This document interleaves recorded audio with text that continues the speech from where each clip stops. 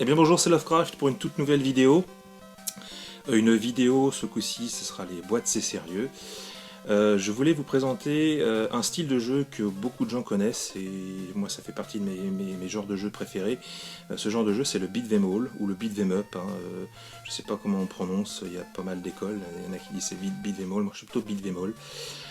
Donc ce sont des jeux de baston, on va dire de rue, où vous avancez dans les rues et puis vous faites bastonner ou vous bastonnez les autres, tout en récupérant comment dire, des éléments de jeu, tels que des battes de baseball, des flingues, etc. sur le parcours. Et puis le but du jeu, c'est d'arriver à sauver votre princesse ou votre dulcinée, on va dire. Alors souvent, les scénarios là-dessus sont pas vraiment très très bons, mais le but du jeu, en fait, c'est surtout de se défouler, et puis l'histoire, on s'en fout un petit peu. Donc je vais commencer par le premier jeu qui pour moi fait partie de cette catégorie. Tous les éléments du beat'em all. C'est le petit Spartan X que je vous ai déjà présenté il y a un petit bout de temps déjà. Mais je voulais vous le présenter encore parce que c'est vraiment un jeu qui fait partie de cette sélection pour moi. Alors, vous le connaissez tous sur l'appellation Kung Fu en Europe, enfin en Europe et puis en Occident. Donc ce petit jeu là de chez Irem met un petit peu les bases et les éléments du beat'em all, hein. Vous avancez comment dire, de droite à gauche, etc. Et puis vous avez tout un tas d'ennemis qui vous arrivent dessus. Le but du jeu c'est de les bastonner pour pouvoir continuer votre parcours. Vous pouvez casser des pots de fleurs, etc. Donc ça fait partie des tout premiers jeux à être sortis dans le style. Ensuite je voulais vous parler d'un jeu, et là une petite dédicace au trésor du grenier, parce que j'avais présenté ce jeu-là lors d'un colis du Japon, un jeu de chez Technos, qui est un jeu de baston. Et le Trésor du Grenier a très gentiment envoyé un commentaire sur cette vidéo en disant que ce jeu-là existait en France, qu'il avait été édité. Et je ne savais pas que c'était ce jeu-là en question. Et le jeu en question, c'est le Street Gangs, édité par Infogrames à l'époque. On retrouve d'ailleurs tous les petits personnages un petit peu en format SD, je sais pas si on voit. Alors, je vous mettrai une petite vidéo de Street Gangs. Donc ça fait partie des jeux de baston de rue qui est sorti sur la NES tout au début de son apparition. Bon, je pouvais pas vous parler, ne pas vous parler de jeux de baston sans vous parler de la grosse licence qui s'appelle Double Dragon. Je pense que vous connaissez tous le Double Dragon, le premier. Le deuxième qui pour le coup est une version anglaise, parce que j'ai pas réussi à m'en choper une version, enfin j'en ai une version PAL B, donc française, mais le problème c'est qu'elle est dans un état pas terrible, donc je préfère vous présenter cette version là, mais c'est une version PAL. Par contre si vous avez une console, juste un petit aparté, si vous avez une console française et que vous achetez des jeux A en PAL A, ça ne marchera pas, même si c'est une version PAL européenne. À l'époque Nintendo avait zoné ces jeux même en Europe, donc vous imaginez un peu le délire. Et puis le dernier petit jeu qui fait partie de la sélection des Double Dragons, le 3, qui est un petit peu moins aimé des fans, puisque de toute façon c'est surtout le 2 que les fans préfèrent. Donc je vous présente un petit peu la boîte, elle est vraiment superbe cette boîte. C'est vraiment un artwork purement génial, et franchement ça vaut vraiment le détour cette petite boîte là. Le premier est génial aussi, hein. L'artwork du premier est vraiment très bien. Donc le Double Dragon qui a été édité pas seulement chez Nintendo, on le retrouve aussi sur la Master System, pardon, qui pour le coup la boîte est vraiment très moche. Enfin ça c'est une habitude chez les jeux Master System, avec une notice comme d'habitude en noir et blanc. Bon, il y a un petit poster pour l'époque en noir et blanc, mais bon, on connaît les boîtes de chez Master System, c'est pas terrible. Je voulais vous présenter aussi un jeu, rien que pour la boîte parce qu'elle est vraiment superbe. C'est une superbe belle boîte de jeunesse. C'est le Batman Return of the Joker. Regardez-moi cette boîte, elle est purement géniale. D'ailleurs, je comprends pas que les éditeurs de jeux actuels, lorsqu'ils sortent un jeu Batman, essayent pas de sortir des boîtes un petit peu style comics comme ça. C'est vraiment dommage. Ce jeu est un jeu de baston de rue, bien sûr, avec le personnage de Batman qu'on retrouve. Et puis, pour le coup, c'est un des jeux qui est sorti vers la fin de la console. C'est assez dur, mais surtout, c'est un jeu qui est vraiment assez beau techniquement. Voilà. Batman. On va passer aux Tortues Ninja. Je pense que vous connaissez tous les Tortues Ninja. Là, je voulais vous présenter le Tortue Ninja 2 arcade game, qui est plus la version de Turtle in Time qui est sortie sur Super Nintendo. Je vais vous montrer un petit peu plus tard, qui est sortie sur la NES. Bon, évidemment, techniquement, c'est un peu moins bon, hein, mais ça reste un classique et une belle pièce de collection. Si jamais vous avez l'occasion de vous le choper. Ça fait partie des jeux qu'il faut avoir vraiment sur la Nintendo NES, comme on dit.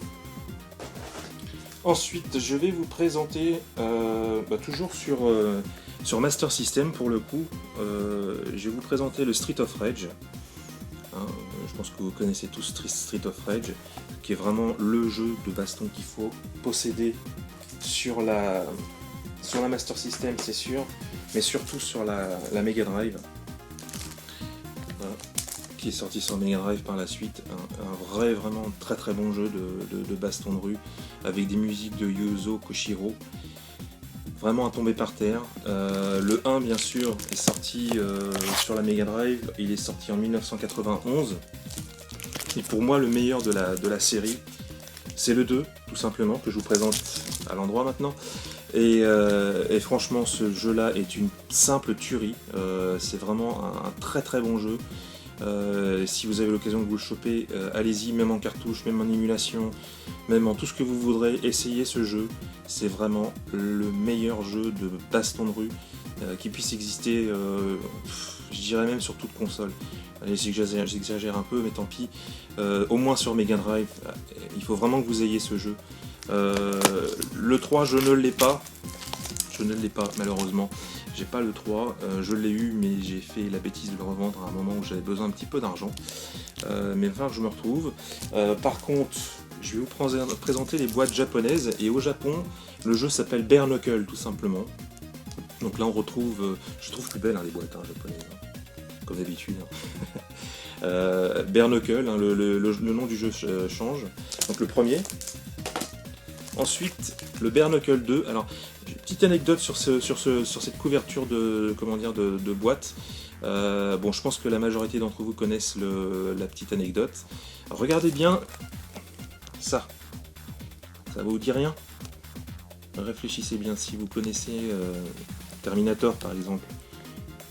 Regardez bien, je trouve que le personnage ressemble beaucoup à Arnold Schwarzenegger. Et cette personne-là, ça vous dit rien non plus? Un acteur belge, enfin un acteur, on va dire. Excuse-moi, Coda. Bah oui, c'est Van Damme. Et puis là, je crois que c'est un acteur asiatique, mais j'ai pas le nom. Donc en fait, il y a deux personnages là au moins qui sont reconnaissables. Donc c'est un jeu qui est sorti en 1980, on va dire 92-93, à une période où les films d'action estampillés de Schwarzenegger, Stallone, etc. faisaient furie. Donc on n'a pas hésité chez Sega à utiliser les visuels des acteurs les plus connus de l'époque. C'est assez drôle, mais bon. Donc là c'est le Bare Knuckle 2 bien sûr, pour moi le meilleur, qui est sorti sur la Mega Drive.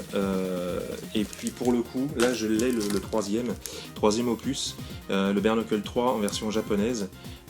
Pour moi le moins bon, parce que déjà les musiques sont moins intéressantes, moins punchy, moins bonnes que dans le 2.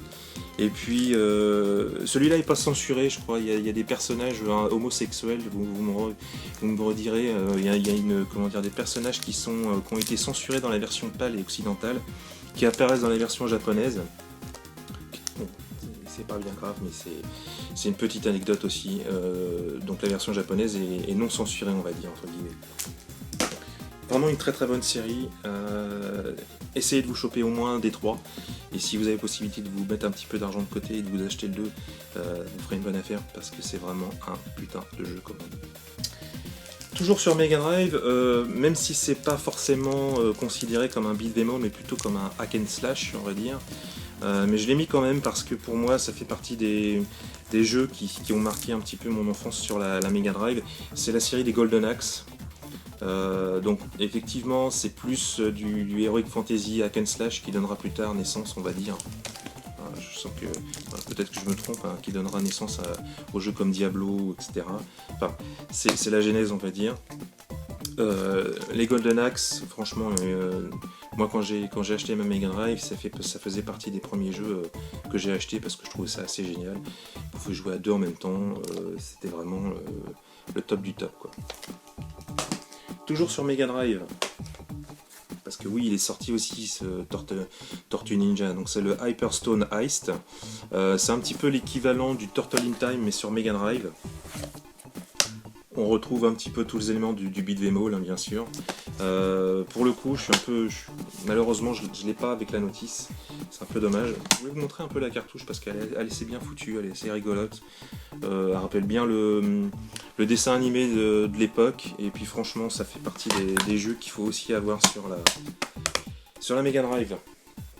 Alors évidemment, je ne pouvais pas ne pas vous le montrer en version Super Nintendo. Je vous l'ai déjà montré, hein, ce jeu-là, hein. Mais pour moi ça fait partie des meilleurs jeux de tous les temps de beat'em all, avec le Street of Rage 2 bien sûr. Ça fait partie des jeux de baston de trucs qu'il faut vraiment avoir. La boîte est vraiment superbe. J'ai pas la version japonaise, mais j'ai la version américaine du jeu, qui est sensiblement la même que la version française. J'ai pas la version japonaise, qui est vraiment très très belle, mais qui vaut une blinde, qui vaut très très cher, qui vaut dans les 150-200 €, donc malheureusement c'est pas pour moi. Donc, mais bon. Toujours sur Super Nintendo, je voulais vous montrer la série des Final Fight. Alors pour le coup là c'est le Final Fight 2, qui est un jeu de chez Capcom, qui est la réponse, qui est la réponse. C'est plutôt Street of Rage qui est la réponse de Final Fight sur Super Nintendo. Pareil, jeu de baston de rue, très très connu, très punchy, très efficace. J'aime bien ce genre de jeu parce que on se prend pas la tête avec ça. Vous prenez la manette, vous avez deux boutons, vous avancez, vous avez les boutons de coup de poing, le bouton de coup de pied, et puis voilà, vous partez, vous vous éclatez. Il y a plusieurs suites qui sont sorties sur la Super Nintendo.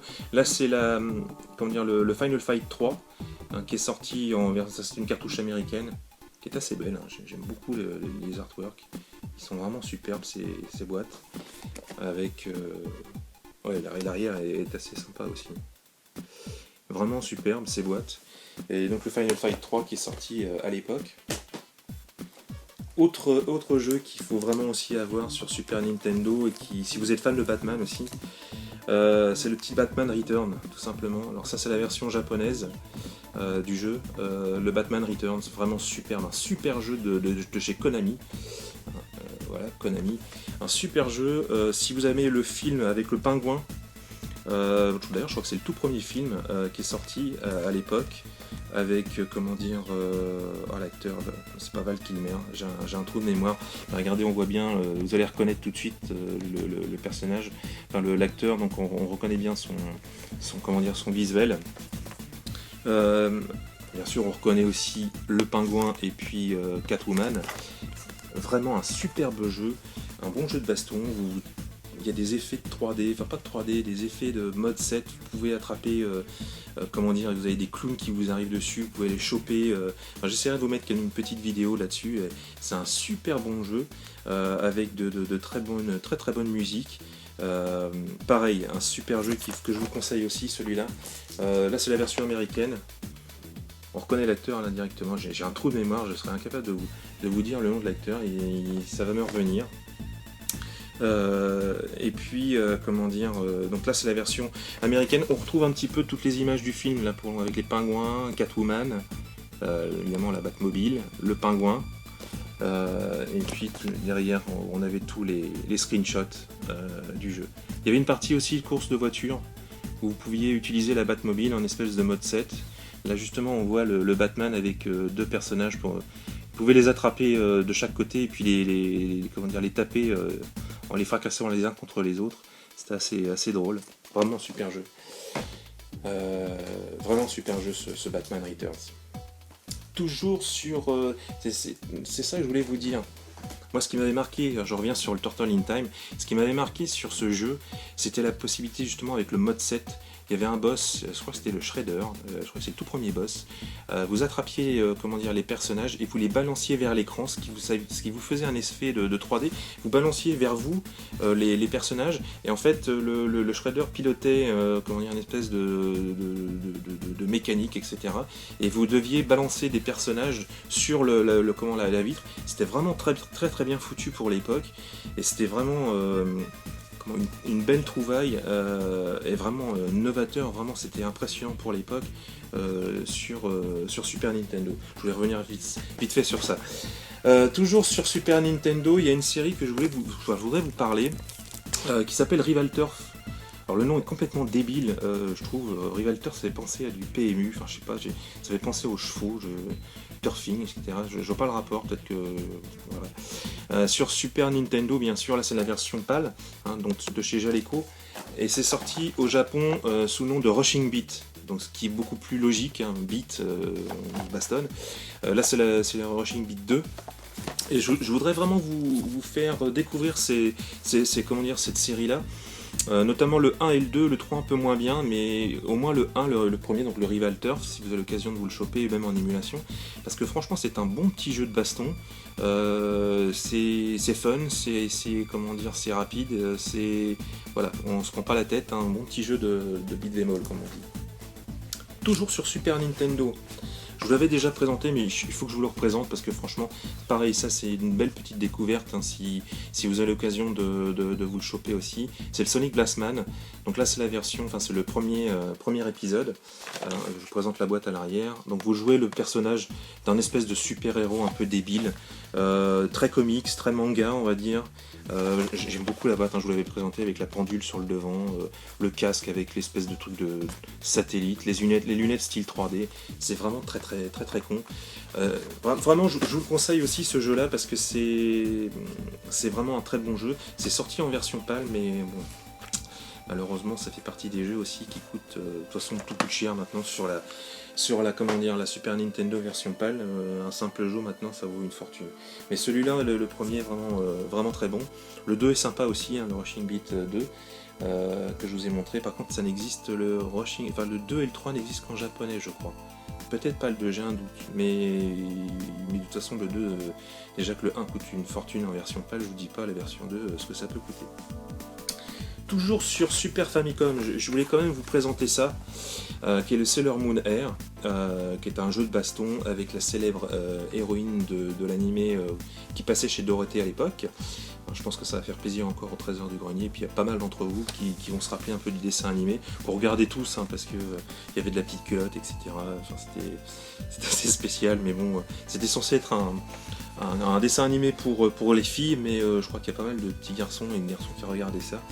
Donc on retrouve tous les personnages de Sailor Moon, on peut se transformer bien sûr, comme dans le dessin animé. Et puis c'est assez drôle, c'est un bon petit jeu de baston. Je voulais vous le présenter. Par contre je crois qu'il est sorti qu'au Japon, d'après ce que j'ai pu comprendre. Il y en a un qui est sorti je crois en France, et je ne l'ai pas, pareil ça coûte une petite fortune, malheureusement. Donc pareil, le petit Sailor Moon, si vous avez l'occasion d'y jouer, si vous aimez un peu ce style de jeu, vous allez vous éclater. Dernière petite chose, petit jeu que je n'ai pas en version officielle, on va dire, qui est le Undercover Cops, parce que ça est une cartouche qui vaut, je crois, dans les 200 € avec boîte et notice, donc vous imaginez que c'est quand même assez cher. Mais ça fait partie des jeux que j'ai découvert il n'y a pas très longtemps sur la Super Famicom, parce qu'on en découvre tous les jours, comme on dit. Un bon petit jeu de baston. Je vais vous mettre une petite démo aussi de ce jeu parce que franchement ça vaut le détour. Je l'avais acheté, si vous vous rappelez de la vidéo que j'avais fait sur les colis que j'avais reçus de Corée.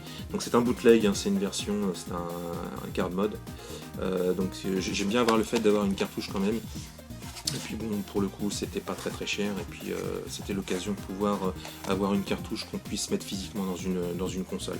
Pareil, je vous le conseille aussi si vous aimez ce style de jeu, vous allez apprécier. C'est tiré d'une borne d'arcade, bon, évidemment ça n'a pas la même qualité graphique que l'arcade. Un petit coucou à Urigeek qui avait fait une vidéo il n'y a pas très longtemps sur ce jeu.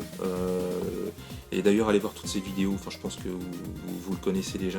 Alors, je mettrai un lien aussi du Urigeek et puis le Trésor du du grenier sur cette vidéo, mais franchement, allez voir ces vidéos à Urigeek, hein, c'est un petit aparté que je fais sur cette vidéo. Ils font vraiment tous les deux, parce qu'ils sont deux à présenter leur chaîne. C'est vraiment un super site. Notamment, j'ai vu les 2 dernières vidéos sur les petites perles PlayStation. Je te remercie encore parce que j'ai découvert des trucs vraiment très intéressants. Bon, évidemment, ça en Jap, moi ça me dérange pas. Je sais qu'il y en a certains qui tiquent un peu quand c'est des versions Jap, mais dites-vous bien que si vous voulez vous trouver des jeux qui sont un petit peu de l'ordinaire, il va falloir aller dans les versions Jap malheureusement, ou heureusement, parce que je trouve que les boîtes et puis les jeux sont vraiment superbes et ça vaut vraiment le coup d'aller faire un tour sur la chaîne de Urigeek tout simplement. Ensuite, je voulais vous présenter vite fait des versions Game Boy, parce qu'évidemment il y a le Double Dragon qui est sorti sur Game Boy. De toute façon c'est sorti sur pas mal de consoles. Le petit Final Fight 1 aussi sur la Game Boy Advance, ça je vous le conseille, c'est une super belle adaptation du Final Fight qui est sorti sur Super Nintendo. Et vous allez me dire, mais Lovecraft, tu ne présentes que des versions, des versions anciennes de jeux de beat'em all, qu'est-ce qu'il en est des nouvelles consoles? Il faut dire que le style est un petit peu tombé en désuétude, malheureusement, mais il y a encore quelques titres qui sont sortis sur PlayStation, comme Beatdown, qui est vraiment un très bon jeu, Fist of Vengeance, je vous le conseille, c'est un jeu de chez Capcom, donc, qui est, comme vous le savez tous, un spécialiste du jeu de baston. Je saurais trop vous le conseiller, je mettrai une petite vidéo pour que vous puissiez voir un petit peu le jeu. On le voit pas souvent ce jeu là, mais je vous le remontre, hein. Franchement, le Beatdown de chez Capcom, c'est la version 3D assez réussie des jeux de baston de beat'em all, parce que pour le coup c'est vrai que le style de jeu a eu du mal à se mettre à la 3D, et pour le coup celui-là est vraiment très bon. Le petit Beautiful Joe, pareil, ça a été boudé à l'époque par pas mal de gens. Je me rappelle que ce jeu-là, j'ai dû l'acheter à Auchan à 1€, je pense, ça avait été bradé sur la GameCube. C'est un jeu de chez Clover, un studio qui fait de très bons jeux. Quand vous voyez Clover sur sur une boîte, en général, c'est du tout bon. Le petit God Hand, toujours chez Capcom aussi, un peu moins bon que le Beatdown, mais je vous le conseille aussi, parce que ça fait partie des jeux de baston aussi de cette époque. Bon, après, je voulais vous montrer quand même les God of War. Bon, là, je vous présente le God of War 2 sur PlayStation 2, mais vous connaissez le God of War sur PlayStation 3, etc.